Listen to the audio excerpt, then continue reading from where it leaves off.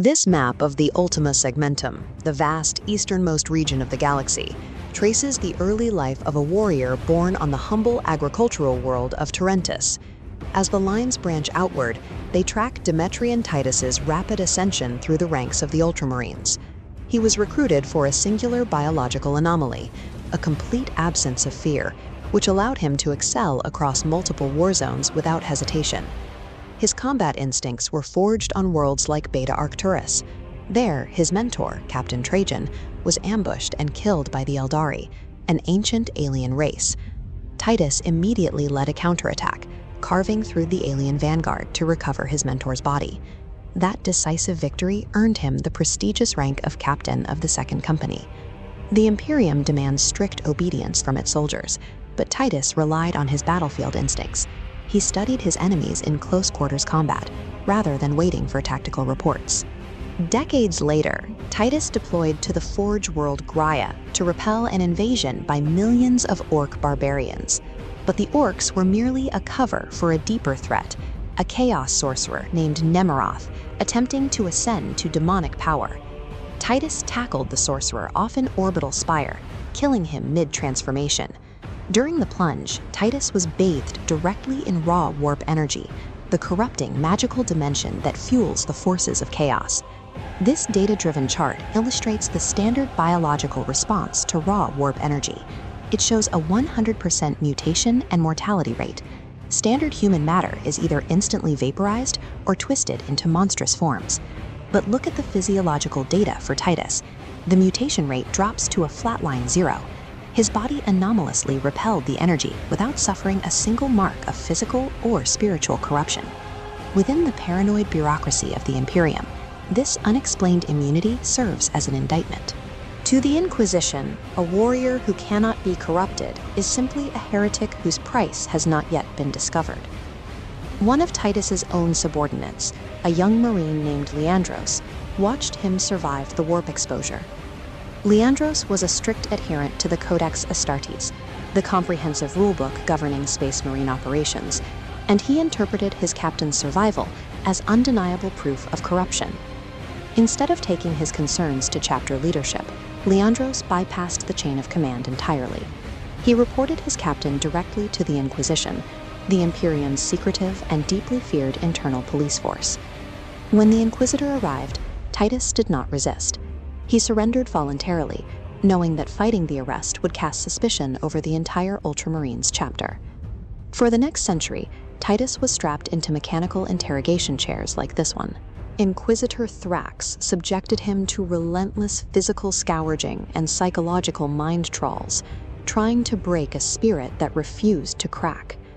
The system demanded strict adherence to dogmatic rules, and it used those rules to systematically torture one of its purest defenders. Thrax's paranoia ultimately became his own undoing. During a separate campaign, the Inquisitor himself was possessed by a chaos demon, and subsequently executed by the Grey Knights, an elite chapter of demon-hunting space marines. When subsequent investigators audited the dead Inquisitor's holdings, they found Titus locked in a stasis cell. After 100 years of invasive testing, he remained entirely uncorrupted. He was free to go, but Titus felt profound shame. Having received no word from his brothers in a century, he believed his mere association with the Inquisition had permanently stained the honor of his chapter. Titus chose to erase his own identity. He took the name Nullus and painted over his chapter insignia, joining the alien-hunting death squads of the Death Watch as a nameless black shield. The Imperium's culture of suspicion is so absolute that it convinced a hero with a perfect century-long record of purity to willingly erase his own existence. This map tracks his anonymous service to the Bastille subsector, where the line loops into a tight, frantic defensive pattern against invading Tyranid swarms. Operating as Nullus, Titus sustained mortal wounds defending the jungle world of Kataku. He would have died there, but the Ultramarines' chief librarian, Tigurius, detected his unique soul signature in the psychic ether and recovered his broken body. This anatomical breakdown details the Rubicon Primaris, a highly dangerous surgical process required to save his life. The procedure grafts extensive biological enhancements onto a dying space marine, upgrading him into a larger, stronger variant. Titus survived the operation. Following a psychic purity check, Chapter Master Calgar officially reinstated him into the Ultramarines, demoting him to lieutenant to fit the current command structure. The surgical enhancements rebuilt his physical form, but it was the total forgiveness and acceptance from his chapter that restored his purpose. Looking back at the map, a bold blue line traces his path outward from Bastior, striking directly into the Residia system for his first deployment under his reclaimed name. Titus led a small squad to defeat the Thousand Sons Traitor Legion, thwarting their attempt to activate a galaxy-ending chaos artifact. He fought alongside brothers who initially distrusted his secretive past, earning their loyalty in the trenches. Upon returning victorious, he was confronted by the company chaplain. The chaplain removed his skull helm to reveal the face of Leandros, warning Titus that he would be watching him closely for any signs of corruption. Institutional suspicion never truly dies.